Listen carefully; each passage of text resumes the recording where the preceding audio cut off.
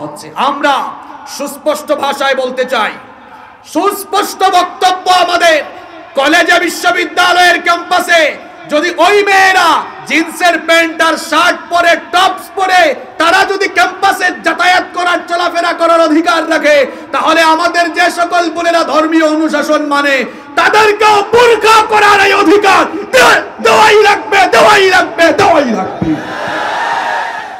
যদি অচিরেই এই নোটিশ অকার্যকর করে পুনরায় আবার তাদের সেই পর্দা করার স্বাধীনতা দেওয়া না হয়, তাহলে দেশের তাওহীদবাদী জনতা ফুঁসে উঠে ঢাকা বিশ্ববিদ্যালয় প্রশাসনের বিরুদ্ধে প্রয়োজনে আন্দোলনে নামতে বাধ্য হবে।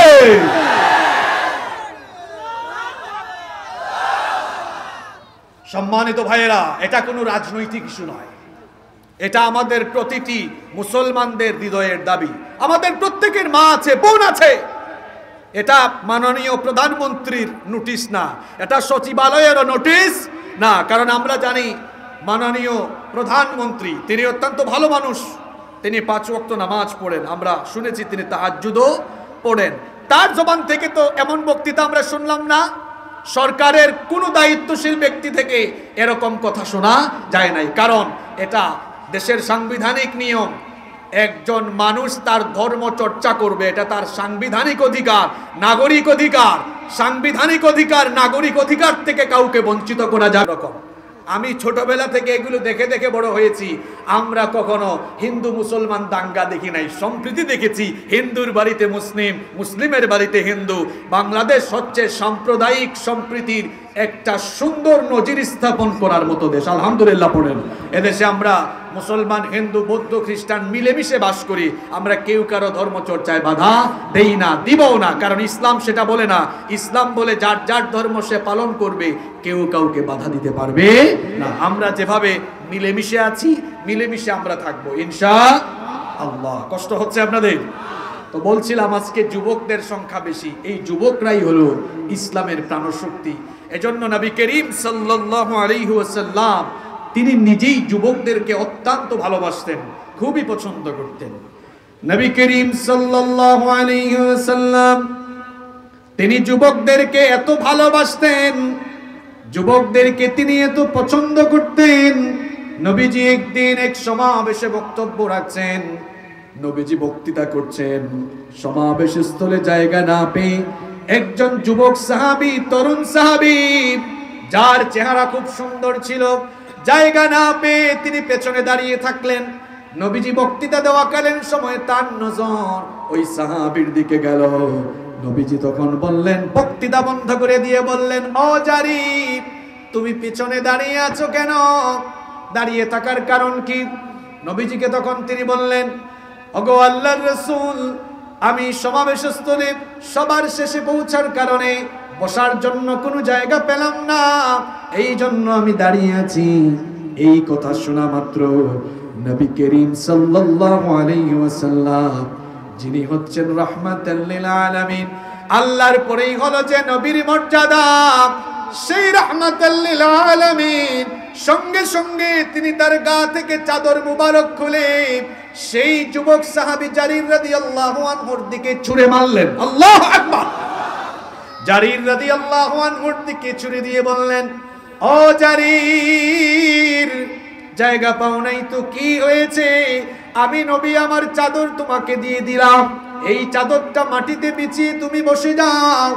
এই কথা শোনা মাত্রই জারির রাদিয়াল্লাহু আনহু তিনি নবীজির চাদরটাকে মাটিতে বিছানো তো দূরের কথা, সঙ্গে সঙ্গে নবীজির চাদর মুবারককে বুকের সাথে জড়িয়ে নিলেন।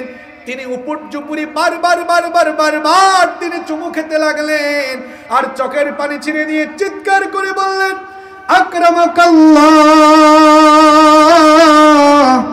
কামা আকরামতানি ইয়া রাসূলুল্লাহ। তিনি তখন বললেন, ওগো আল্লাহর রাসূল, আমি কি করে আপনার চাদরে বসতে পারি? আল্লাহর পরেই হলো আপনার মর্যাদা, আপনি হলেন রাহমাতাল লিল আলামিন, আপনার চাদরে বসার মতো কোনো যোগ্যতা দুনিয়ার কারো নাই। কি করে আমি আপনার চাদরে বসতে পারি?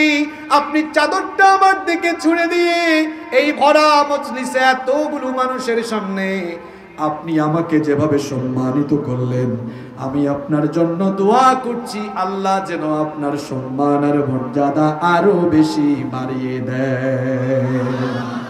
তাহলে সবাই বলেন তো, নবীজি যুবকদেরকে ভালোবাসতেন কম না বেশি? কেন? What's the reason? কারণ কি? কারণ এই যুবকরাই ইসলামের জন্য সবচাইতে বেশি কন্ট্রিবিউশন, অবদান রেখেছে, কন্ট্রিবিউট করেছে তারা। নবীজি যখন সর্বপ্রথম দ্বীনের দাওয়াত দিয়েছেন, তখন বেশি ইসলাম কবুল করেছে তাদের মধ্যে সংখ্যা বেশি ছিল যুবকদের। আবার যখন ইসলামের জন্য স্যাক্রিফাইসের দরকার হয়েছে, ইসলামের জন্য যখন ত্যাগ তিতিক্ষার দরকার হয়েছে, রক্ত দেওয়ার দরকার হয়েছে, যুবকরা এগিয়ে এসেছে, জীবন দেওয়ার দরকার হয়েছে, তখনও যুবকরা এগিয়ে এসেছে। আর যৌবনকাল, youth is called the golden season of human life. এই যৌবনকালকে মানুষের জীবনের স্বর্ণালী সময় বলা হয়।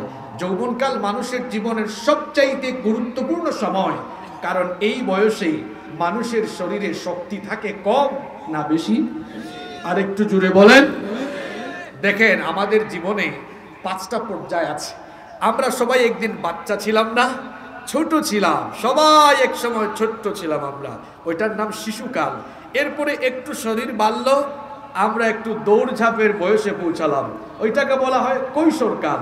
এরপরে একটু তেজ বাড়লো, উন্মাদনা বাড়লো, একটু পাগলামি বাড়লো ওই বয়সে, এটাকে বলে যৌবনকাল। যৌবনকালের পরে আরেকটা এইজ আসে, যখন চুল দাড়ি আস্তে আস্তে পাকা শুরু করে আর ধীরে ধীরে শক্তি কমা আরম্ভ করে, ওইটা তখন একেবারে ফুল বুড়া কাল না, আধা বুড়া, যেটাকে আমরা বাংলায় বলি প্রৌঢ়কাল। এরপরে একটা সময় শরীরের চামড়া এগুলো কুচকে গেল, শরীরটা আস্তে আস্তে দুর্বল হওয়া আরম্ভ হলো, ওইটা হলো মানুষের জীবনের শেষ ধাপ, যেটাকে আমরা বলি বৃদ্ধকাল। তাহলে দেখেন, শিশুকাল, কৈশোরকাল, যৌবনকাল, প্রৌঢ়কাল, বৃদ্ধকাল, কয়টা কাল? জোরে বলেন, কয়টা? দেখেন, এই 5টা কালের মধ্যে সবচাইতে গুরুত্বপূর্ণ যেটা, গুরুত্বপূর্ণ জিনিসটা মাঝখানেই থাকে। এটা আমি অহংকারের জন্য বলছি না, বোঝানোর জন্য। এখানে আমাদের লাইনের মধ্যে, যেহেতু আপনারা আমাকে প্রধান বক্তা বানাইছেন, আমি কোথায়, সাইডে না মাঝখানে? কথা বলেন। এটা আমি আমার ভাব নিলাম না, বুঝছেন মশিয়ার ভাই, এটা বুঝাইলাম আর কি, বোঝানোর জন্য বললাম যে গুরুত্বপূর্ণ চেয়ারটা মাঝখানেই থাকে। যে কোনো সমাবেশে দেখবেন গুরুত্বপূর্ণ চেয়ার সবচাইতে একেবারে মাঝখানে। তো এই 5 কালের মধ্যে মাঝখানে আছে কোনটা? এই দেখেন, শিশু, কৈশোর, মাঝখানে কি? যৌবন। এরপরেও আরো 2টা, প্রৌঢ়, বৃদ্ধকাল। আগে 2টা, পরে 2টা, মাঝখানে আছে কি? যৌবনকাল। এই যৌবনকাল হচ্ছে মানুষের জীবনের সবচাইতে গুরুত্বপূর্ণ সময়, কারণ এই সময়ে যৌবনের তেজোদ্দীপ্ত উন্মাদনায় কেউ যদি তার যৌবনকে সুপথে পরিচালিত না করে বিপথে চলে যায়, এই বয়সে যদি মাদকাসক্ত হয়ে যায়, এই বয়সে যদি মেয়েদের পিছনে ঘোরাঘুরি শুরু করে, এই বয়সে যদি সে সন্ত্রাসী কাজে জড়িয়ে যায়, এই বয়সে যদি জঙ্গিবাদী কাজে চলে যায়, এই বয়সে যদি সে বিপথে চলে যায়, তো তার কেরিয়ার শেষ, যৌবন জীবন সব শেষ। আর এই বয়সে কোনো যুবক যদি জঙ্গিবাদ, সন্ত্রাসবাদ, তারপরে মাদক সব ছেড়ে দিয়ে যুবক যদি চরিত্রবান হয়, পড়াশোনায় মনোযোগী হয়, নামাজি হয়, চরিত্রবান হয়, এই বয়সটাকে যদি কেউ ভালোভাবে কাজে লাগায়, তার কেরিয়ার সুন্দর, যৌবন সুন্দর, দুনিয়া সুন্দর হয়ে যাবে, ঠিক কিনা? এজন্য এই যৌবনকাল মানুষের জীবনের সবচাইতে গুরুত্বপূর্ণ সময়। যেহেতু আমাদের জীবনের সবচেয়ে গুরুত্বপূর্ণ সময় হচ্ছে যৌবনকাল, এজন্য এই যৌবনকালের ব্যাপারে আল্লাহ তাআলা কিয়ামতের দিন স্পেশালি আমাকে আপনাকে জবাবদিহির কাঠগড়ায় দাঁড় করাবেন। এই যৌবনের হিসাব না দিয়ে আমরা আল্লাহর সামনে থেকে কেউ পার পাবো, রেহাই পাবো? এই যৌবনের হিসাব দেওয়া লাগবে। যুবক তরুণ ভাইয়েরা যারা মাহফিলে এসেছেন, মন দিয়ে আমার কথাগুলো শুনেন। এই যৌবন বয়সে বেশি বেশি যে লাফালাফি করেন, যৌবন বয়সে যে রং তামাশা ইটিস পিটিস তিরিং বিরিং করেন, বুঝে শুনে করবেন, কারণ এই যৌবন বয়সটা হলো মানুষের জীবনের সবচেয়ে গুরুত্বপূর্ণ সময়। এই জন্যই যৌবন কালের ব্যাপারে হাসরের মাঠে স্পেশালি যিনি জবাবদিহি নিবেন, আওয়াজ করে বলেন তিনি কে? তিরমিজি শরীফে হাদিস এসেছে, হাদিস বর্ণনাকারী সাহাবীর নাম হচ্ছে আব্দুল্লাহ ইবনে মাসউদ রাদিয়াল্লাহু আনহু। তিনি বলেছেন, নবীজি বলেছেন, লা তাজুলু কদামা ইবনি আদম মিন ইনদি রাব্বিহি হাত্তা ইউসআল আন খামসিন। নবীজি বলেছেন, কিয়ামতের কঠিন দিনে 5টি প্রশ্নের জবাব না দিয়ে আল্লাহর কোন বান্দা এক কদম নড়ার সুযোগ পাবে না, ঢলাঢলি করার সুযোগ পাবেন না, পা নাড়ানোর সুযোগ পাবেন না। 5টি প্রশ্নের জবাব আগে দেওয়া লাগবে। এই 5টি প্রশ্নের জবাব না দিয়ে আল্লাহর সামনে থেকে কেউ রেহাই পাবে। এর মধ্যে 1 নম্বর প্রশ্ন করা হবে, আন উমরিহি ফিমা আফনাহু। 1 নম্বরে আল্লাহ প্রশ্ন করবেন, বান্দা তুমি তোমার জীবন কোথায় কিভাবে কাটিয়েছো, জীবনের হিসাব দাও। কারণ আমার আপনার জীবনের প্রত্যেকটা মুহূর্ত যার দেওয়া তিনি কে? এই জীবনটা আমাদের না আল্লাহর। আস্তে বলবেন না, জোরে বলেন, জীবনটা কার? একজন ইমানদার জানে জীবন তার নয়। এজন্য ইমানদার আল্লাহর পথে চলতে গিয়ে তার জীবন যদি আল্লাহর পথে দেওয়া লাগে, সে মৃত্যুকে ভয় পায় না, আল্লাহকে ভয় পায়। এজন্য ইমানদার আল্লাহর পথে হাসি মুখে জীবন বিলিয়ে দিত কার্পণ্যবোধ করে না। আর যারা মৃত্যুকে ভয় পায়, যারা দুনিয়াখোর, দুনিয়ার লোভ লালসাকেই বড় মনে করে, তারা মৃত্যুকে ভয় পায়। এজন্য আমার জাতীয় কবি কাজী নজরুল ইসলাম তিনি বড় সুন্দর কবিতা লিখেছেন। তিনি বলেছেন, উহারা চাহক দাসের জীবন, আমরা শহীদি দরজা চাই, নিত্য মৃত্যু ভিতরা, মোরা মৃত্যু কোথায় খুঁজে বেড়াই। ঠিক কি না? সাহসী মানুষেরা মৃত্যুকে ভয় পায় না। এই যে আমাদের মুক্তিযোদ্ধা চাচা, ওনারা সাহসী সন্তান। ওনারা যখন 71 সালে মুক্তিযুদ্ধ করেছেন, ওনারা মৃত্যুকে ভয় করে মুক্তিযুদ্ধ করেন নাই, ওনারা সাহসের সাথে ঝাঁপিয়ে পড়েছিলেন। ওনারা জানতেন যে এই পথে গেলে মৃত্যু আসবে, ভয়াবহ মৃত্যু হতে পারে, বিপদ হতে পারে, এমনকি এমন ভাবে মরা লাগতে পারে, হানাদাররা, পাকিস্তানের হানাদাররা কিভাবে মারবে এটা তারা নিজেরাও জানতেন না। তারপরেও দেশের জন্য, দেশের টানে তারা সাহসিকতার ভূমিকায় অবতীর্ণ হয়ে দেশের জন্য লড়াই করেছিলেন। সাহসী মানুষরা তারা কেবল একজনকে ভয় পায়, তিনি কি?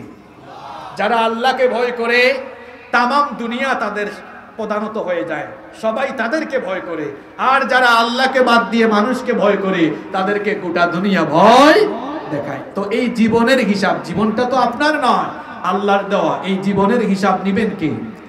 আস্তে বলবেন না, জোরে বলেন, কে? 2 নম্বর প্রশ্ন করা হবে, ওয়ান শাবাবিহি ফিমা আবলাহু। 2 নম্বরে আল্লাহ জিজ্ঞেস করবেন, বান্দা তোমাকে যে আমি যৌবনের নিয়ামত দিয়েছিলাম, তোমার এই যৌবনের নিয়ামত কোথায়, কিভাবে কাটিয়েছো? যৌবনের হিসাব যার কাছে দেওয়া লাগবে, সবাই মহব্বতে আওয়াজ করে বলেন, তিনি কে? এই যৌবনকালে আপনি নামাজ না পড়ে কোথায় দৌড়াইলেন? এই যৌবনে আপনি কত অশ্লীল গুনাহের কাজে গেলেন, কত খারাপ কাজে গেলেন। এই যৌবনের শক্তি সামর্থ্য আপনি কোন কোন পথে ব্যয় করলেন? রেহাই পাবেন না আপনি। সের হক মাইরা খায়া খায়া এরপরে কি টাকার পাহাড় বানিয়েছো নাকি হালাল পথে কামিয়েছো? জবাব দেওয়া লাগবে কার কাছে? যারা লুটপাট করে করে, দুর্নীতি করে করে দেশের টাকা বিদেশে পাচার করেছে, লুটপাট করে করে বিদেশে বেগম পাড়া বানিয়েছে, তারাও রেহাই পাবে না। জবাব দেওয়া লাগবে কার কাছে?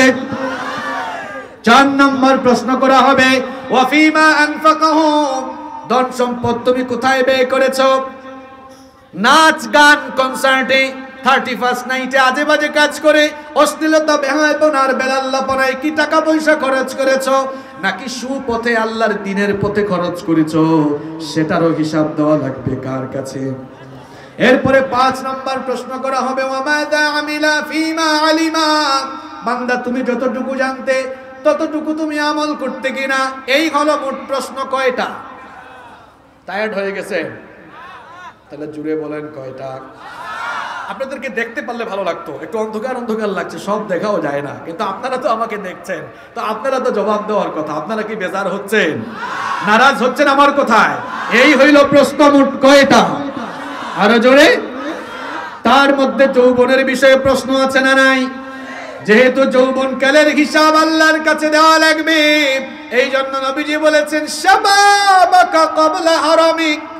বুড়া হওয়ার আগে তোমার যৌবন কালের তুমি কদর করো, বুড়া হওয়ার আগে যৌবন কাল কাজে লাগাও।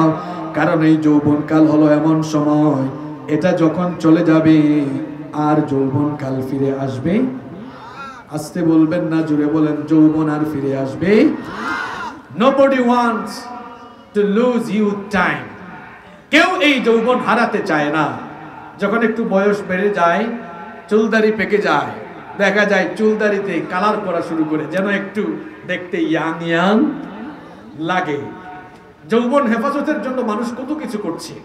আপনারা যখন ঢাকায় যাবেন অথবা শহরে যখন যাবেন, যে খুলনায় যাবেন, আমি জানি না খুলনায় আছে কিনা, ঢাকায় দেখবেন আপনারা গেলে, আপনি পাবলিক বাসে উঠেছেন, আপনার গায়ের উপরে ওয়াজ মাহফিলের তো পুস্টার সেটাই মারবে না, যৌবন হেফাজতের হারবালের যত পুস্টার আপনার গায়ের মধ্যে সেটাই মারবে।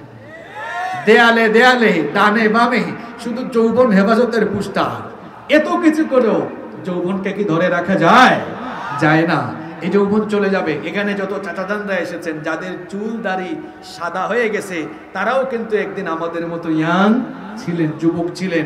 এখন সেই বয়সটা চলে গিয়েছে। বর্তমানে আমার সামনে যে যুবক তরুণ ভাইয়েরা আছেন, আপনাদের যৌবন থাকবে না, ওই চাচাদের মতো আপনাদেরও একদিন ওই সময় চলে আসবে। সুতরাং নবীজি বলেছেন যে তোমার যৌবন চলে যাওয়ার আগে যৌবনের কদর করো, যৌবন কাজে লাগাও।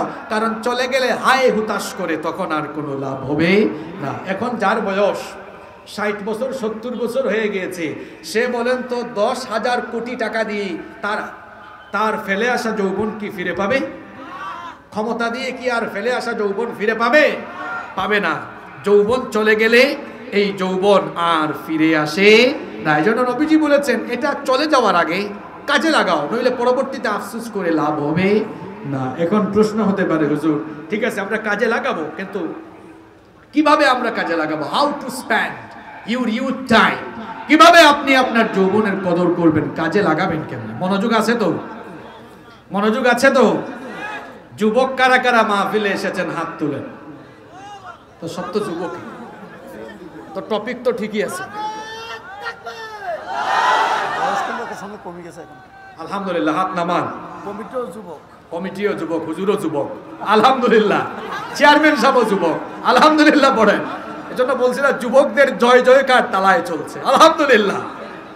আচ্ছা যুবক ভাইয়েরা, এবার মনোযোগী হওয়া লাগবে। আপনাদের উদ্দেশ্যে আমি দামি দামি কিছু কথা এখন বলবো, ইনশাআল্লাহ। মনোযোগ আছে তো? সামনে বিয়া শাদীর কথাও আছে, ইনশাআল্লাহ। মনোযোগ আছে সবার? তাইলে যৌবন যাওয়ার আগে যৌবনকে কি করতে হবে? না আপনারা তো আমার সাথে কথা না বললে আমি মজা পাবো না। যৌবন যাওয়ার আগে যৌবনকে কি করতে হবে? কাজে লাগাইতে হবে। বলেন যৌবনকে কি লাগাইতে হবে? এবার প্রশ্ন হলো কাজে লাগাবো কেমনে, কিভাবে আপনি যৌবন কাজে লাগাবেন সেটা শুনেন। তার আগে সবাই, একজন ভাইও চুপ থাকবেন না, সবাই জবানটা খুলে হৃদয় থেকে বলেন তো দেখি, আমার আপনার যৌবনের শক্তি সামর্থ্য সবটুকু যিনি দিয়েছেন তিনি কে? যুবকের মতো আওয়াজ লাগবে, একদম অমরের মতো আওয়াজ লাগবে। বলেন আমাদের জীবনের যৌবনের সকল শক্তি আর সামর্থ্য সবটুকু যিনি দিয়েছেন তিনি কে? তাহলে যৌবনের কদর কেমনে করবেন? যৌবনের কদর আপনি যৌবনটা আল্লাহর পথে বিলায় দিবেন। কারণ যৌবন দিলেন কে?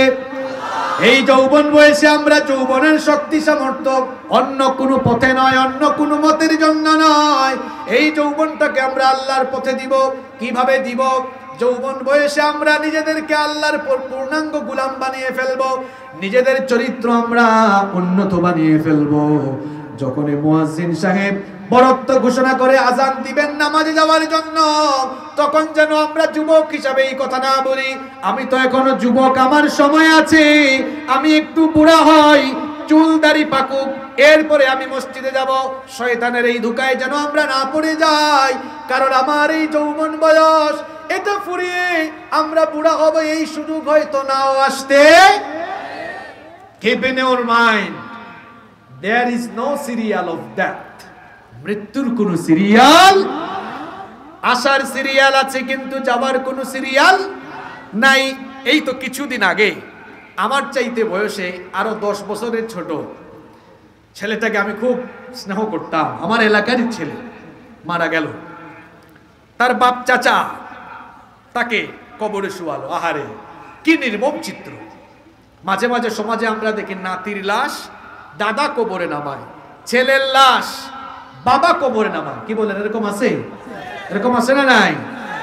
এই যে যুবক ভাইয়েরা বলতেছেন, হুজুর আমরা বুড়া হই এরপরে মসজিদে যাব। আমার কলিজার টুকরা ভাইয়েরা, আমরা বুড়া হওয়ার কি কোনো গ্যারান্টি আছে? নাই। বুড়া হওয়ার আগেও তো আমরা চলে যেতে পারি। সুতরাং বুড়া হওয়ার অপেক্ষা করা যাবে না, এই বয়সই ইবাদতের বয়স। শোনেন আমার কলিজার টুকরে ভাইয়েরা, মানুষ বুড়া হয়ে গেলে তার শরীরের মধ্যে বিভিন্ন সমস্যা দেখা দেয়। মেরুদণ্ডে ব্যথা, মাজায় ব্যথা, হাঁটুতে ব্যথা, জয়েন্টে জয়েন্টে ব্যথা, কত জায়গায় কত ধরনের ব্যথা। ঠিক মতো রুকু দিতে পারে না, সাজদা দিতে পারে না, বেশিক্ষণ নামাজে দাঁড়াইতে পারে না। কিন্তু এই যৌবন বয়সে ফিজিক্যাল ফিটনেস থাকে ভালো, এই সময়ে সুন্দর করে রুকু করা যায়, সুন্দর করে সাজদা করা যায়। যৌবন বয়সে যত সুন্দর করে আল্লাহকে সাজদা দেওয়া যায়, ওই রকম কি বুড়া মানুষ দিতে পারে? কথা বলেন, বুড়া মানুষ দিতে পারে? এই জন্য আমার কলিজার টুকরা যুবক ভাইয়েরা, খবরদার খবরদার, আজান হয়ে গেলে নিজেকে মসজিদ থেকে দূরে রাখিয়েন না। আজান হয়ে গেলে সাথে সাথে সব কিছু ফেলে দিয়ে মসজিদে দৌড়ান। ফজরের আজান যখন কানে চলে যাবে, ঘুমটাকে বাদ দিয়ে দেন। ঘুমটা বাদ দিয়ে সাথে সাথে আপনি আল্লাহকে ভয় করে মসজিদের দিকে দৌড়ান। কারণ ফজরের সময় যদি আপনি আজান শোনার পরে ঘুমিয়ে থাকেন, আজান শুনে যদি ঘুমিয়ে থাকেন, যদি নামাজে না যান, বলেন তো খুশি হবে যে তার নাম কি? আর নামাজে যদি চলে যান, তাহলে খুশি হবেন কে? তাহলে যৌবন বয়সে আমার যৌবনটা দিয়েছে শয়তান না আল্লাহ, তো আমি কি শয়তানরে খুশি করব না আল্লাহরে খুশি করব? তাইলে ফজরের আজান হলে আমরা নামাজে চলে যাব, ঘুমিয়ে থাকবো না। এই যে ফজরের নামাজে যুবক ঘুমিয়ে থাকলো, আহারে জোহরের আগে আপনি মারা গিয়ে লাশ খাটিয়ার উপরে রেখে জানাজার জন্য প্রস্তুত হওয়ার সম্ভাবনা আছে না নাই? কেমন করে ঘুমাও তুমি, কেমন করে ঘুমাও তুমি, ফজর করে কাজা, এমন তো হতে পারে জোহরে জানাজা। হতে পারে কিনা? কথা বলেন, হতে পারে কিনা? মানুষ তো যে কোনো সময় দুনিয়া থেকে চলে যেতে, চোখেরই পলকে তুমি হতে পারো লাশ, চিরতরে বন্ধ হবে তোমার নিঃশ্বাস। চোখেরই পলকে তুমি হতে পারো লাশ, চিরতরে বন্ধ হবে তোমার নিঃশ্বাস।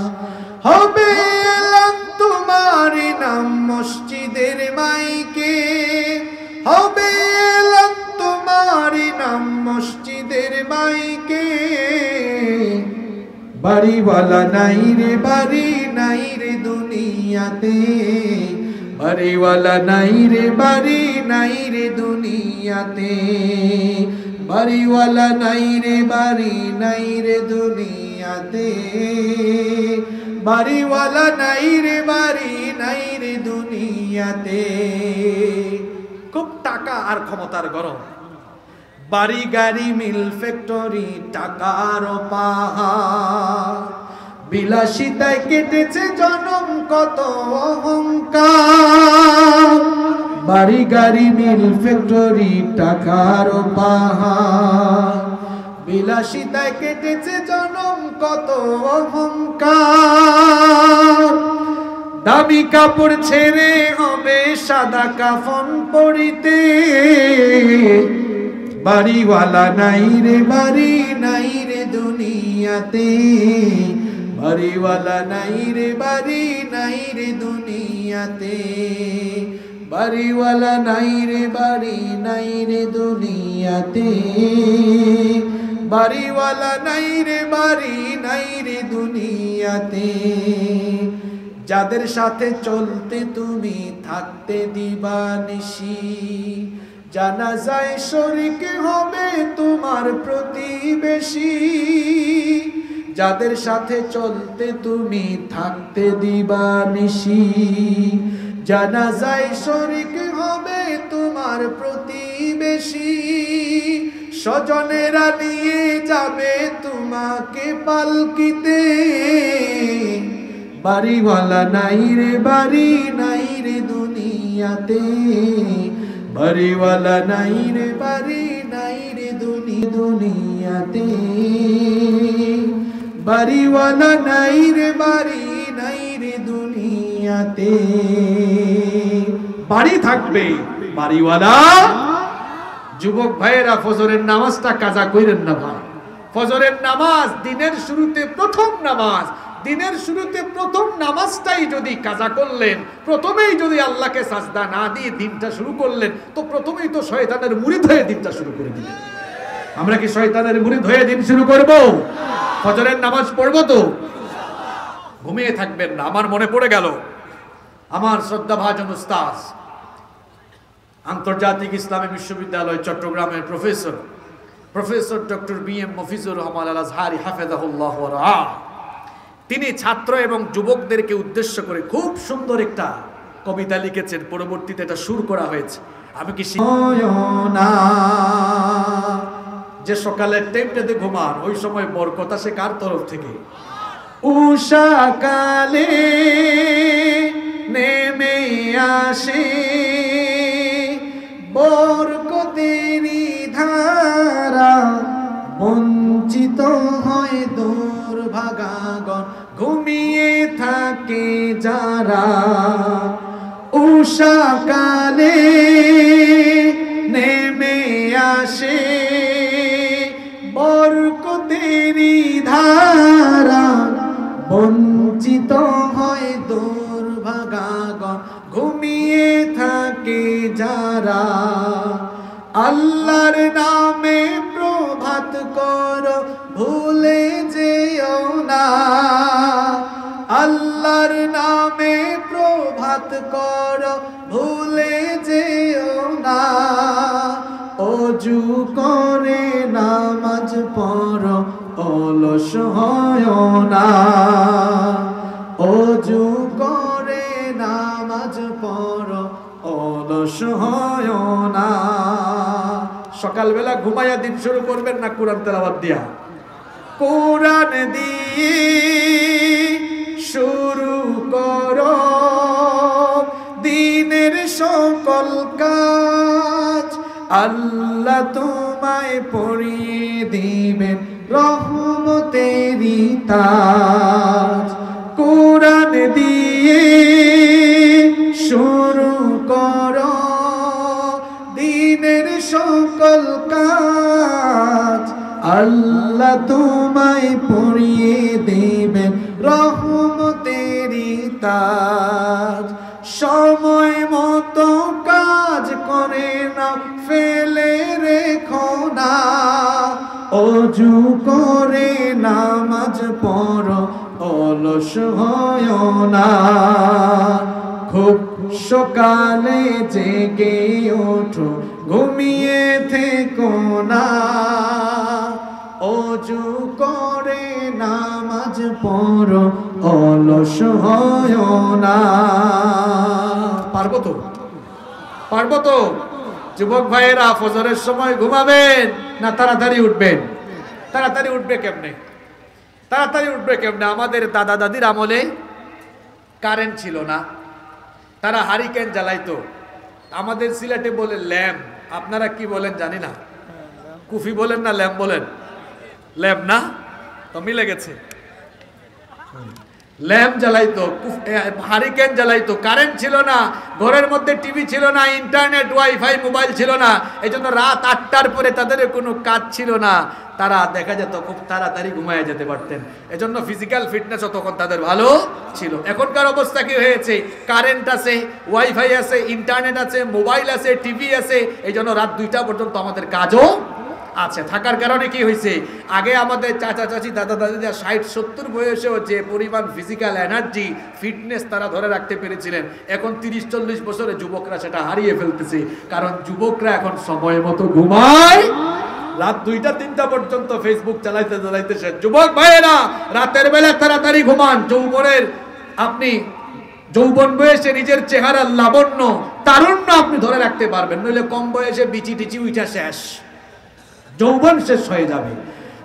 তাড়াতাড়ি করে ঘুমাবেন যাতে করে ফজরের নামাজটা মিস না হয়, জোহরের নামাজটাও যেন মিস না হয়, এমনটা যেন না হয়। জাতীয় কবি যে বলেছেন, ঘুমাইয়া কাজা করেছ ফজর, তখনও জাগনি যখন জোহর, হেলায় খেলায় কেটেছে আসর, মাগরিবের ওই শুনিয়া যান, এখনো জামাতে হওরে শামিল, এখনো এর সাথে আছে স্থান, বাজিছে দামামা বাদরে আমামা, শির উঁচু করি মুসলমান, দাওয়াত এসেছে নয়া জামানার, ভাঙা কেল্লা উড়ে নিশান। আল্লাহু আকবার। আমি কাজী নজরুল ইসলামের কবিতা প্রায় মাহফিলে বলি। কেন বলি? তিনি আমার খুব প্রিয় কবি, ইসলাম প্রিয় ছিলেন। দেখেন না, মারা যাওয়ার আগে এমন কবিতাও লিখেছেন, তার কবরটা যেন মসজিদের পাশে, মসজিদেরই পাশে আমার কবর দিও ভাই, যেন ঘুরে থেকে মুয়াজ্জিনের আযান শুনতে পাই, মসজিদেরই পাশে আমার কবর দিও ভাই, আমার গোরের পাশ দিয়ে ভাই নামাজিরা যাবে, পবিত্র সেই পায়ের ধ্বনি এ বান্দা শুনতে পাবে, গোরো আযাব থেকে গুনাহগার পাইবে রেহাই, মসজিদেরই পাশে আমার কবর দিও ভাই। আল্লাহু আকবার। ফরিয়াদটা কবুল হয়েছে, ঠিক কি না? যুবক ভাইয়েরা, যৌবন বয়সে যৌবনের কদর কেমনে করবেন সেটা বলছিলাম। এই যৌবন যিনি দিয়েছেন তার পথে যৌবনটাকে বিলীন করে দিতে হবে। আজান হলে সাথে সাথে আমার রবকে ভয় করে মসজিদে গিয়ে সাজদা দিতে হবে। এটা হলো তাহাজ্জুদের বয়স। রাতের বেলা হারাম রিলেশন করে গার্লফ্রেন্ডের সাথে কথা বলার বয়স নয়। এই বয়স হলো রাত 12টার পরে আল্লাহকে সাজদা দিয়ে তাহাজ্জুদে কাটানোর বয়স, ঠিক কি না?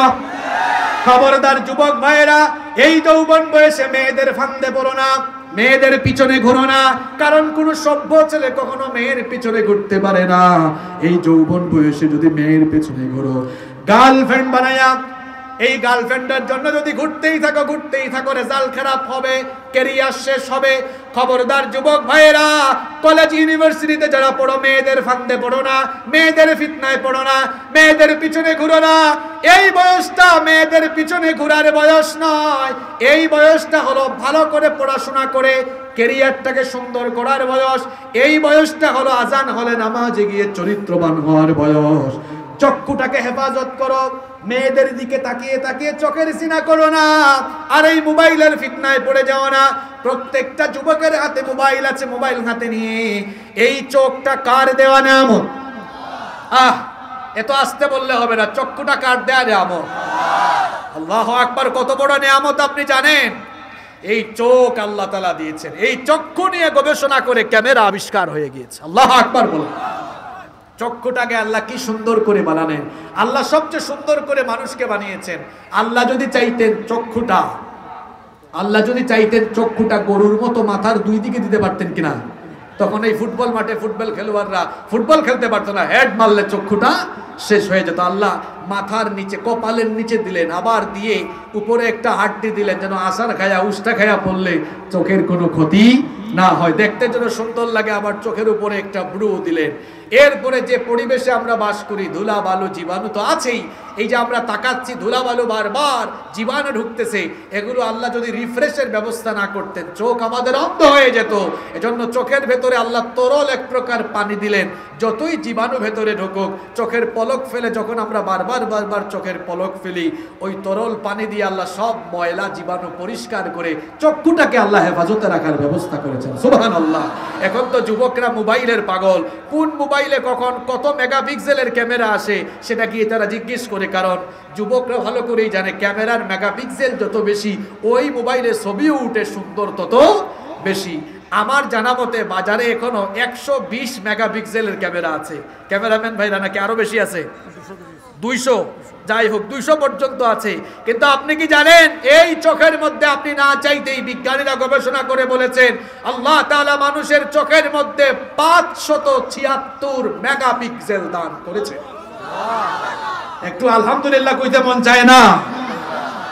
576 মেগাপিক্সেল। এই ক্যামেরাম্যান ভাইদের ক্যামেরা কয়টা কালার শনাক্ত করতে পারে আমি জানি না, কিন্তু বিজ্ঞানীরা গবেষণা করে বলেছেন human eyes can be identify more than 1 million colors। মানুষ তার একটা চোখ দিয়ে 1 মিলিয়ন অর্থাৎ 10 লক্ষ কালারকে শনাক্ত করতে পারে। সুবহানাল্লাহ। চোখ দিয়েছেন কে? এই চোখ দিয়ে আজকে জেনা করছেন, আল্লাহ যেটা নিষিদ্ধ করেছেন সেটা দেখছেন। যুবক ভাইয়েরা, যে আল্লাহ চোখ দিয়েছেন সে আল্লাহর ভয় কি অন্তর থেকে চলে গেল নাকি? কিছুদিন আগে এক অন্ধ লোকের সাথে আমার দেখা হয়েছে। প্রত্যেকটা যুবক ভাইরা কান লাগান, মনোযোগ দেন। এই তো কিছুদিন আগে এক অন্ধ লোকের সাথে দেখা হয়েছে, জন্মের পর থেকে চোখে দেখে না। আমি বললাম ভাই আপনি চোখে দেখেন না, আপনার খারাপ লাগে না? এই দুনিয়া এত সুন্দর, আসমান জমিন সব সুন্দর, সব সুন্দর করে বানিয়েছেন কে? দুনিয়া সুন্দর, মানুষ সুন্দর, আসমান সুন্দর, জমিন সুন্দর। দুনিয়া সুন্দর, মানুষ সুন্দর, আসমান সুন্দর, জমিন সুন্দর। সুন্দরে সুন্দরে পাল্লা, জানি না কত সুন্দর তুমি আল্লাহ, জানি না কত সুন্দর তুমি আল্লাহ। আল্লাহু আকবার। ওই অন্ধ ভাইকে বললাম ভাই চোখে দেখেন না, খারাপ লাগে না? কয় না। উত্তর দেখছেন? কয় খারাপ লাগে না। বললাম কি বলেন ভাই? আল্লাহ আমাদের এত মানুষকে দেখার শক্তি দিলেন, আপনাকে দিলেন না। আচ্ছা আল্লাহর উপর কি আপনার অভিযোগও নাই? কয় না, কোনো অভিযোগও নাই। আমি বললাম ভাই আপনি চোখে দেখেন না, খারাপ লাগে না, আল্লাহর উপর অভিযোগও নাই, কেন নাই?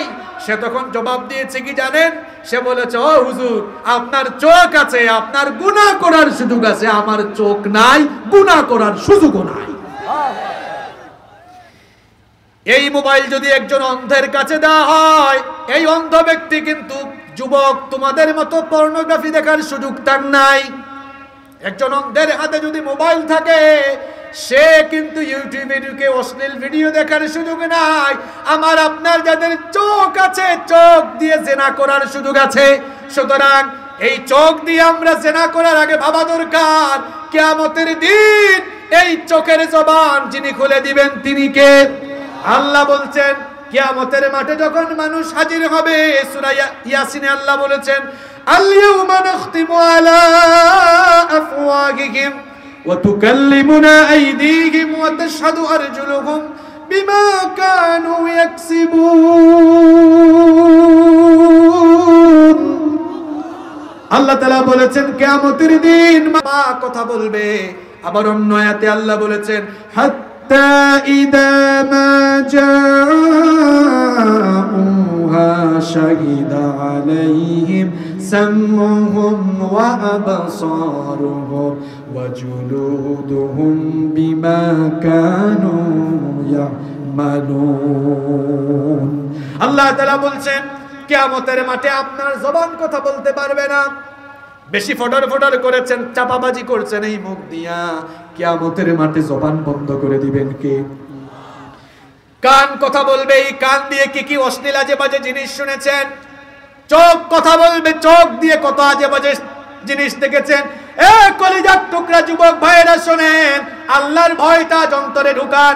এই চোখ দিয়ে রাতের বেলা যখন বাড়িতে ঘুমায়, আহারে এখন তো ইন্টারনেট সবার হাতে হাতে, মোবাইল সবার হাতে হাতে, সে চিন্তা করে আমি আমার রুমে একা, আমার আব্বু আম্মুর রুমে ঘুমায়, ভাই বোন সবাই যার যার রুমে ঘুমায়, আমি এখন আমার বন্ধ দরজায় আমার এই রুমের ভিতরে যা মন চায় তাই দেখতে পারবো, কেউ আমাকে বাধা দিতে পারবে না, কেউ দেখতে পারবো না। ও যুবক ভাইয়েরা, যুবকের মতো আওয়াজ দিয়ে দিল থেকে বলেন তো, অন্ধকার রুমে একা একা আপনি যে মোবাইলে অশ্লীল ভিডিও দেখেন, কেউ না দেখলেও না জানলেও যিনি দেখেন এবং সব জানেন তিনি কে?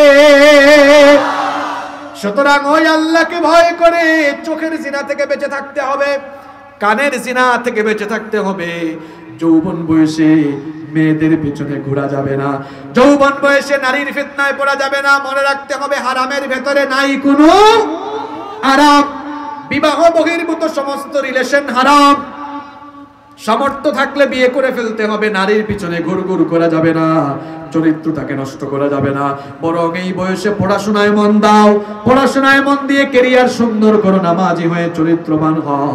দেখবা মেয়ের পিছনে ঘোরা লাগবে না। তোমার চরিত্র সুন্দর হলে, ক্যারিয়ার সুন্দর হলে, দেখবা সুন্দরী সুন্দরী মেয়ের বাপ তোমার কাছে মেয়ে বিয়ে দেওয়ার জন্য লাইন ধরেছে। আবার কেউ কেউ হুজুর একটু বিয়ের উদ্দেশ্যে প্রেম করলে কি অসুবিধা আছে? তুমি যেটা করতে চাচ্ছ সেটাই তো না যায়, সেটাই তো হারাম।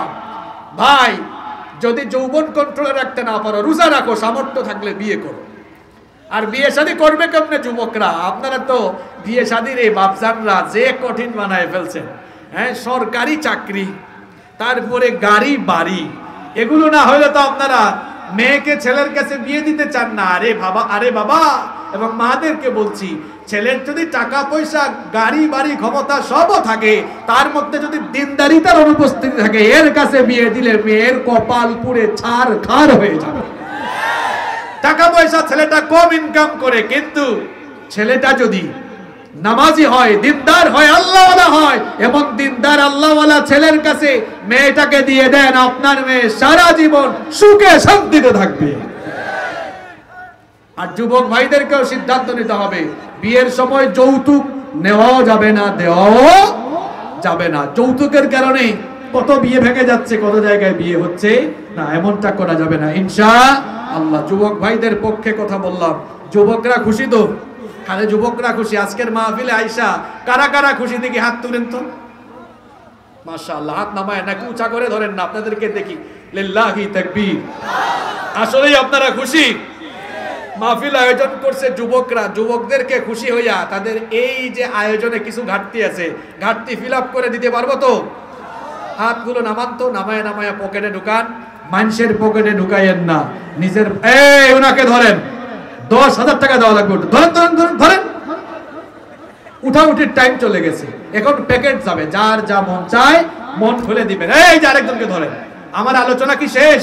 না, আলোচনা তো আছে। প্যাকেট চুপি চুপি যাবে, আমরাও চুপি চুপি দিয়ে দিব ইনশাআল্লাহ। এই স্বেচ্ছাসেবক ভাইয়েরা, ধীরে ধীরে মাথা নিচু করে ধীরে ধীরে ঢুকে যান, বসে বসে সবার কাছে যান। তবে খবরদার দাঁড়াইয়েন না, দাঁড়াইলে কিন্তু বিপদ আছে। আমি কিন্তু খুব তীক্ষ্ণ দৃষ্টিতে তাকিয়ে আছি, তীক্ষ্ণ দৃষ্টি নিয়ে তাকিয়ে আছে। কেউ দাঁড়াবো না ইনশাআল্লাহ। আমার দিকে তাকান সবাই, ভাইয়েরা যাবে। তাহলে বলছি, মহিলা প্যান্ডেলের মা বোনদেরকে আমি বলবো, আমার মায়েরা বোনেরা, এমন ভালো কাজে আপনারা বঞ্চিত হবেন না। আপনারা একদম মন খুলে প্রাণ খুলে দিবেন ইনশাআল্লাহ। এদিকে তাকান, এদিকে তাকান, মূল বিষয় তো রয়ে গেছে। তাহলে এই যৌবনকে আমরা, এটা হবে সবার শেষে, এটা আগে বললে তো সমস্যা, এটা সবার শেষে ইনশাআল্লাহ। তাড়াহুড়া করেন না, হবে হবে। এই ওনাকে ধরেন তো, ধরেন। 10,000 টাকা নেন, 10,000 টাকা, 10,000 নেন।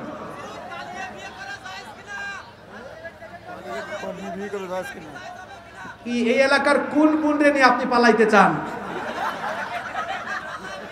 কি প্রশ্ন করছে দেখছেন? আপনার বোন কারোর সাথে পালিয়ে যাক, আপনি চাইবেন? তো নিজের জন্য যেটা অপছন্দ করেন, মানুষের জন্য এটা কেন পছন্দ করেন? এটা প্রশ্ন করাও ঠিক না। হইছে নি উত্তর? যেমন প্রশ্ন তেমন। সব জায়গায় শরীয়ত খুঁজলে হবে না। আপনার ঘরের কেউরে যদি কেউ নিয়ে পালাইয়া যায়, আপনার কেমন লাগবে? আবার কয়ে পালাইয়া বিয়ে করা জায়েজ কিনা? আপনার ঘরের মেয়েরে নিয়ে গেলে আপনার কেমন লাগবে? তা আপনার যেমন খারাপ লাগবে, আপনি যারা নিয়ে পালাইতে যাচ্ছেন তারও খারাপ লাগবে। নবীজি বলেছেন, নিজের জন্য যেটা পছন্দ করো, মানুষের জন্য সেটা পছন্দ করো। নিজের জন্য যা অপছন্দ করো, মানুষের জন্য তা অপছন্দ করো। আমার বাবা জানরা, ভাই জানরা, আমাকে কি আপনারা আর কয়েকটা মিনিট কথা বলার সুযোগ দিবেন? ওঠাউঠি করবেন না তো? এখানে আমার ভাইরা গেছে, সর্বোচ্চ 1 মিনিট আর যাবে, তারা চুপি চুপি আবার বের হয়ে চলে আসবেন। আমরা সুন্দর একটা আলোচনায় ছিলাম, আমরা কি আরো কয়েকটা মিনিট ধৈর্য ধরে থাকতে পারবো? তাহলে বলছিলাম যৌবনের কদর কিভাবে করব। বলেছিলাম যৌবন বয়সটাকে আল্লাহর দ্বীনের পথে দিব, অশ্লীলতার নোংরামির দিকে যাব না, মেয়েদের পেছনে ঘুরবো না। আমার যুবক ভাইয়েরা আপনাদেরকে একটা সুসংবাদ দেই। বুখারীর হাদিস, নবীজি বলেছেন মাইয়াতমাল্লি মা বাইনা লাহিয়াইহি ওয়া রিজলাইহি আদমানু লাহুল জান্নাহ। নবীজি বলেছেন যে ব্যক্তি তার দু চোয়ালের মধ্যবর্তী জায়গা অর্থাৎ জিহবা আর দু উরুর মধ্যবর্তী জায়গা অর্থাৎ লজ্জাস্থান, এই দুটো জিনিসকে যে হেফাজত করতে পারবে, এই দুটো জিনিসের জিম্মাদারি, এর মধ্যে চরিত্রও আছে, কারণ লজ্জাস্থানের হেফাজত করলে চরিত্র ভালো হয়ে যায়। যদি আমার যুবক ভাইয়েরা বিয়ের আগে হারাম রিলেশন ত্যাগ করে চরিত্রটাকে হেফাজতে রাখতে পারে, চরিত্রের জিম্মাদারি যদি গ্রহণ করতে পারেন, আমার নবী আপনার জন্য বলেছেন কাল কিয়ামতের দিন আমি নবী নিজে তোমার জন্য জান্নাতের জিম্মাদার হয়ে যাব। কোন কোন যুবক ভাই নবীর শাফায়াত পেয়ে জান্নাতে যেতে চান? হাত উঁচু করে দেখা। লিল্লাহি তাকবীর। তাহলে বিয়ের আগে মেয়েদের পিছনে ঘুর ঘুর ঘুর ঘুর ঘুর ঘুর ঘুর করে ছাড়া যাবে তো? এটা আওয়াজ হয় না, ছাড়া যাবে তো? হাতগুলো নামান। বিয়েতে বেশি খরচ করবেন না। যারা অবিবাহিত, কারা কারা বিয়ে করে নাই দেখে হাত তোলো তো। এখানে তো ভাই হাত নামা। তোমাদের দুঃখে আমি দুঃখিত, তোমাদের কষ্টে আমিও কষ্ট পেয়েছি। তবে তোমরা খুব শীঘ্রই বিয়ে করবে, আমরাও দোয়া করছি আল্লাহ তোমাদের সবাইকে নেককার জীবন সঙ্গী দান করেন। তোমরা অবিবাহিতদের সংখ্যা এখানে বেশি, কষ্ট লাগতেছে আমার। যাই হোক, বিয়ে শাদীর আগে হারাম রিলেশনে জড়াবা? কথা বলো, হারাম রিলেশনে জড়াবা? ফেসবুকে মেয়েদেরকে ডিস্টার্ব করবা, রাস্তাঘাটে ডিস্টার্ব করবা? মনে রাখবা, তোমরা যদি বিয়ের আগে মেয়েদের পিছনে দৌড়াও, ঘোরাঘুরি করো, আল্লাহর কসম তোমরা বিয়ের পরে কখনো এক বউ নিয়ে সুখে থাকতে পারবে না। পরে তোমাদের মাথায় পরকীয়ার চিন্তা আসবে, দাম্পত্য জীবন সুন্দর হবে না। তোমরা বিয়ের আগে চরিত্র ঠিক রাখো, দেখবা বিয়ের পরে দাম্পত্য জীবনে এত সুখ পাবা, শান্তি পাবা, জীবনে শুধু বরকত আর বরকত আসবে। কার তরফ থেকে? যুবক ভাইয়েরা, তোমরা তোমাদের চরিত্রটাকে হেফাজত করো, নবীজি সুপারিশ করবেন আমাদের জন্য ইনশাআল্লাহ। এইভাবে যদি আমরা আমাদের যৌবন আল্লাহর জন্য, আল্লাহর ভয়ে, আল্লাহর পথে নিবেদিত করতে পারি, খবরদার এই যৌবন বয়সে মাদকে জড়ানো যাবে। আমাদের সরকার, প্রশাসন সবাই তো মাদক থেকে ফেরানোর জন্য কত কাজ করছেন। এই মাদক হলো যুবকের যৌবন নষ্ট করার একটা অন্যতম বড় উপাদান। আল্লাহ কোরআনে বলেছেন ওয়ালা তুলকু বিআইদিকুম ইলাত তাহলুকা। খবরদার আমার দেওয়া জীবন তুমি নিজে নিজে নষ্ট করে দিও না। মাদক সেবন করলে, মাদক গ্রহণ করলে নিজের জীবনটা ধীরে ধীরে ধ্বংসের দিকে চলে যায়। আর আল্লাহ নিষেধ করেছেন নিজের জীবনকে ধ্বংসের দিকে দিও না, কারণ জীবনটা তোমার নয়। আওয়াজ করে বলেন, জীবনটা কার? সুতরাং খবরদার যুবক ভাইয়েরা, এই বয়সে সিগারেটের পিছনে যাইয়েন না, ইয়াবা বাবা গাঁজাখুরির পিছনে যাইয়েন না। এই যৌবন বয়সে হাতের মধ্যে মাদক না নিয়ে হাতের মধ্যে নিয়ে নিতে হবে আল্লাহর কিতাব কোরআন। এই যৌবন বয়সে আমরা কোরআন পড়বো, যৌবন বয়সে আমরা হাদিস পড়বো, যৌবন বয়সে আমরা নিজেদেরকে যদি আল্লাহর দিনের পথে রাখতে পারি। একটা আর দুইটা হাদিসের কিতাব নয়, শুনেন শুনেন শুনেন নবীজি কি বলেছেন। বুখারী, মুসলিম, তিরমিজি বিখ্যাত তিনটা হাদিসের গ্রন্থে নবীজি বলেছেন সাবাতুন ইউযিল্লুহুমুল্লাহু ফি জিল্লিহি ইয়াওমা লা জিল্লা ইল্লা জিল্লু। 7 শ্রেণীর মানুষকে কিয়ামতের দিন রব্বুল আলামিন তার আরশের ছায়ার নিচে জায়গা দিবেন। এদের মধ্যে এক শ্রেণীর যুবক হলো তারা ওয়াশাবুন নাশাআ ফি ইবাদাতিল্লাহ। এর মধ্যে এক শ্রেণীর যুবক হলো তারা এই যৌবন বয়সকে আল্লাহর ইবাদত করেছে যারা, যৌবন বয়সে আল্লাহকে ভয় করে যৌবনের হেফাজত করে, যৌবনটাকে আল্লাহর পথে রাখবে যারা, কিয়ামতের দিন আল্লাহর আরশের ছায়ার নিচে জায়গা পাবে তারা। যুবক ভাইরা, এই যৌবন বয়সে বিপথে যাইয়েন না। এই বয়সে আব্বা আম্মার খেদমত করেন। যুবক বয়সে শরীরে শক্তি থাকে তো অনেক সময় আব্বা আম্মার আদেশ নিষেধ মানে না। মনে রাখতে হবে আমার কলিজার টুকরা ভাইয়েরা, এখনো যাদের বাপ মা বেঁচে আছে আপনাদের ঘরের মধ্যেই কিন্তু জান্নাত আছে। এটা আমি বলি নাই, আমার নবীজি বলেছেন হুমা জান্নাতুকা হুমা নারুকা।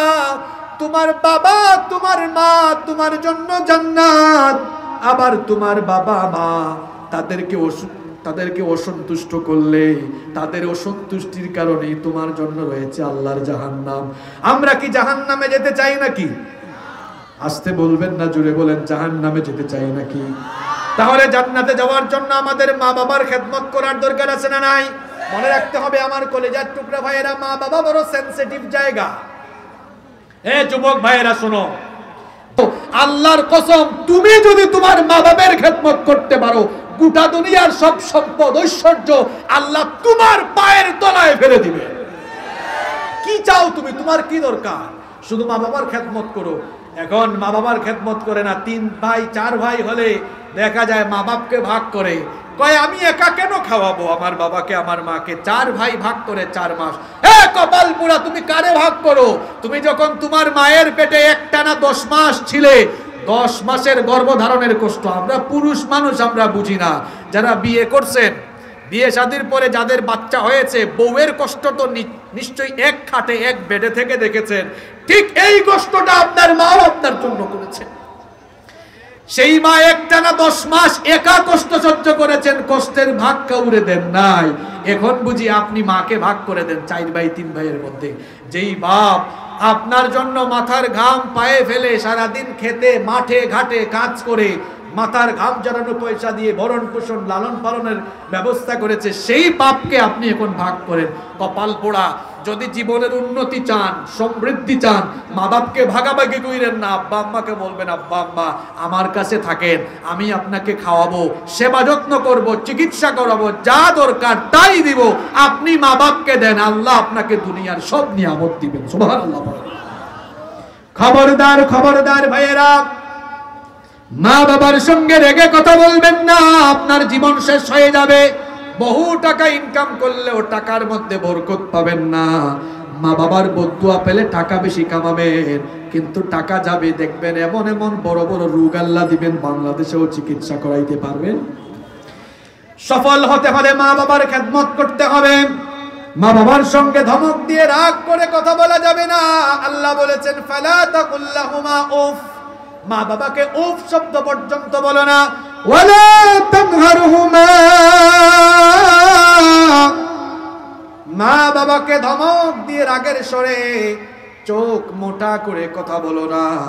কেমনে মা বাবার সঙ্গে কথা বলতে হবে আল্লাহ আমাদেরকে সেটা শেখালেন। আল্লাহ বললেন, ওয়াকুল লাহুমা কওলান কারীমা, সম্মানের ভাষায়, ভদ্র ভাষায়, বিনয়ী হয়ে মা বাবার সঙ্গে কথা বলতে হবে। কথাটা কার? আদেশটা কার? শোনেন, মা বাবার বদদুয়া লেগে গেলে দুয়ার চাইতে মা বাবার বদদুয়া আল্লাহর কাছে চলে যায় আগে। একটা ঘটনা আমার মনে পড়লো, ঘটনাটা কি বলবো? যুবক ভাইয়েরা, ঘটনাটা বলবো?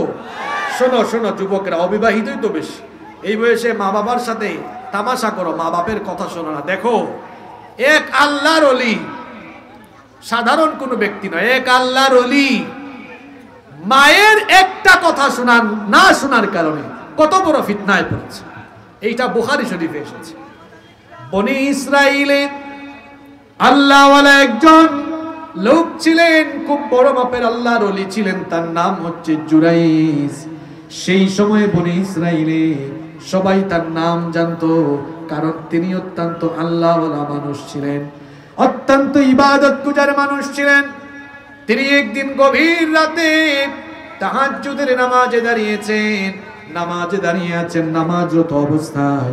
এমন সময় তার মা দরজার মধ্যে এসে নক করলেন, এসে ডাকছেন, আমার ছেলে জুরাইজ, বারবার ডাকছেন মা। জুরাইজ ভাবলেন, আমার মা আমাকে ডাকছেন, অথচ আমি নামাজে আছি, আমি কি নামাজ ভেঙে ফেলবো নাকি নামাজে থাকবো? চিন্তা করতে করতে সিদ্ধান্ত নিলেন, নামাজেই থাকি, নামাজটা শেষ করে মায়ের ডাকের জবাব দিব। মা অপেক্ষা করতে করতে চলে গেলেন। দ্বিতীয় দিন মা আবার আসলেন। দ্বিতীয় দিন মা আসলেন যখন, তখনও তিনি তাহাজ্জুদের নামাজে ছিলেন। দ্বিতীয় দিনও মা ডাকতে লাগলেন, তিনি জবাব দিলেন না, নামাজেই থাকলেন। মা দ্বিতীয় দিনও চলে গেলেন। তৃতীয় দিন মা আবার আসলেন, এসে তিনি ডাকলেন। সেদিনও জুরাইজ কোনো জবাব দিলেন না। মা সেদিনও কষ্ট পেয়ে যাওয়ার সময় বললেন, আল্লাহ, আমি আমার ছেলের কাছে একটানা 3টা দিন আসলাম, কিন্তু আমার ছেলে আমার সাথে কথা বলল না, আমার ডাকে জবাবও দিল না, মনে কষ্ট পেয়েছি আল্লাহ।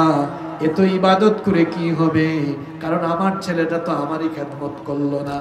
এত ইবাদত করে কি হবে, কারণ আমার ছেলেটা তো আমি তাকে জন্ম দিয়েছি, আমার মনে সে কষ্ট দিয়ে দিল। মা কষ্ট পেয়ে বদদুয়া করলেন, আল্লাহ আমি এত কষ্ট করে জন্ম দিলাম, আমাকে সে কষ্ট দিল, আল্লাহ তুমিও তাকে বেশ্যা নারীর ফিতনায় না ফেলে তুমি তার মরণ দিও না। মা বদদুয়া করে ফেললেন। এই বদদুয়া কিভাবে দেখেন ফলে গেল, কেমনে এই বদদুয়া লেগে গেল। বনি ইসরাইলের সব দিকে জুরাইজের প্রশংসা। একজন বেশ্যা মহিলা বলল, যেই জুরাইজের প্রশংসা তোমরা করো, এই জুরাইজকে তো আমি চাইলে ফিতনায় ফেলতে পারি। মানুষজন বলল, পারবা না, কারণ জুরাইজ বড় আল্লাহওয়ালা মানুষ। একদিন গভীর রাতে তাহাজ্জুদের নামাজ শেষ করেছেন জুরাইজ। ওই বেশ্যা মহিলা গভীর রাতে গিয়ে জুরাইজের দরজার মধ্যে নক করলো। জুরাইজ তখন দরজাটা খুলে দিলেন। দরজা খুলে দেখলেন গভীর রাতে একজন মহিলা। বললেন, কি ব্যাপার, এত রাতে তুমি আমার বাড়িতে কি চাও? ওই নারী বলল, কি চাই বুঝো না? এত রাতের বেলা তুমি একজন যুবক মানুষ, তোমার কাছে কেন আসতে পারি তুমি কি বুঝো না? আমিও একা এসেছি, কেউ জানবে না, শুনবে না, দেখবে না, চলো আমরা একান্তে নির্জনে মিলিত হই। জুরাইজ তিনি তো আল্লাহর ওলি ছিলেন, যার জন্য তার কলিজায় যার ভয় আছে তিনি কে? তিনি তখন বললেন, খবরদার, আমাকে তুমি তোমার ফিতনায় ফেলতে পারবা না, আমি আল্লাহকে ভয় করি। তিনি দূর দূর করে তাকে তাড়িয়ে দিলেন। এই মেয়েটা মহিলাটা চলে গেল, তিনিও দরজা বন্ধ করে দিলেন।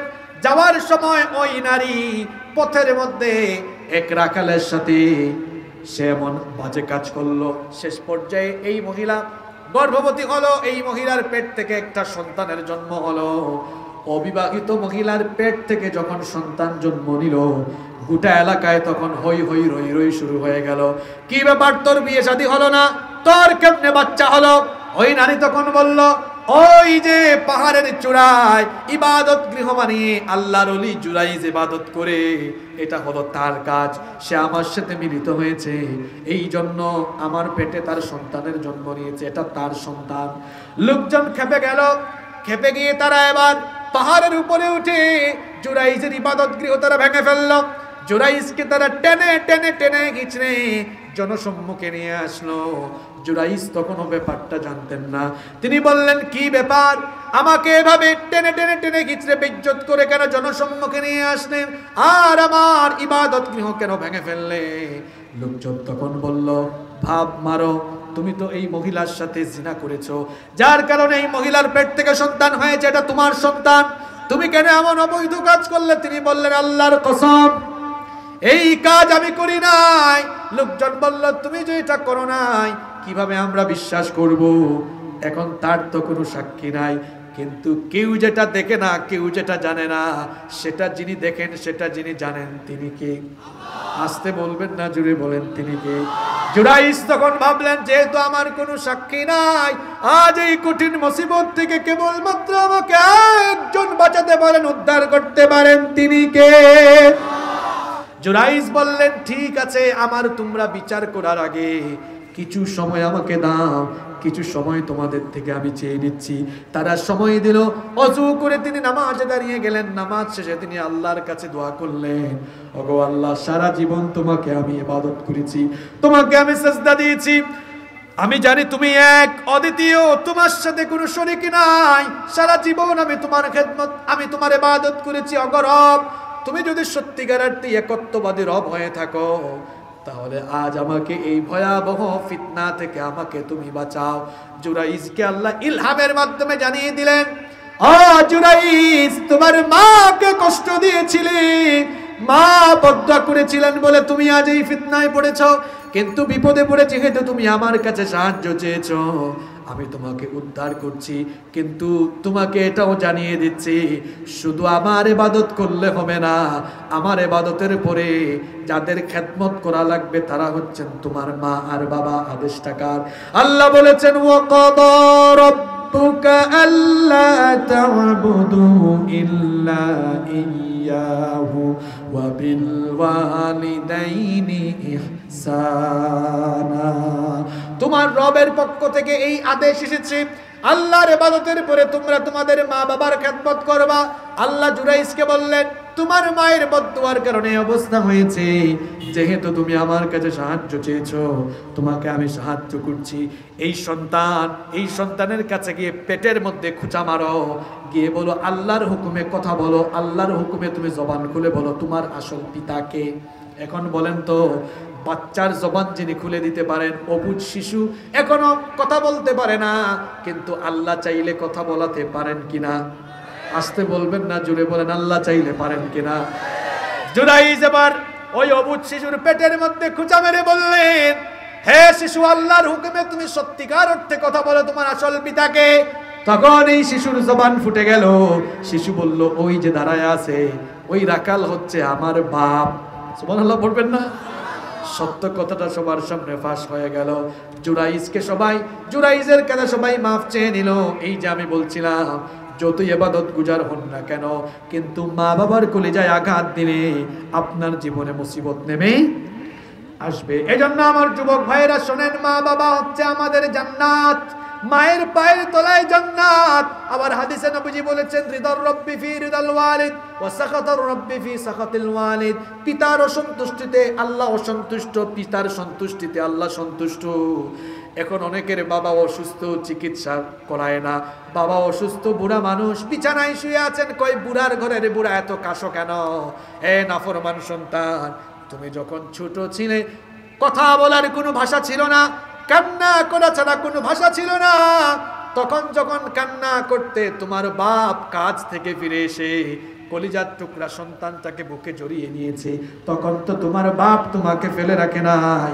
যে মা বুড়া হয়ে যাওয়ার পর মায়ের খেদমত করো না, মায়ের চিকিৎসা করাও না, এই মা ছোটবেলায় অসুস্থ হলে সারা রাত সেবা করেছে, খেদমত করেছে, যে মায়ের খোঁজ খবর নাও না, মায়ের চিকিৎসা করাও না, বাপের চিকিৎসা করাও না, এই মা বাপ তাদের জীবনটা বাজি রেখে তোমার জন্য, তারা তোমাকে লালন পালনের জন্য সারা জীবন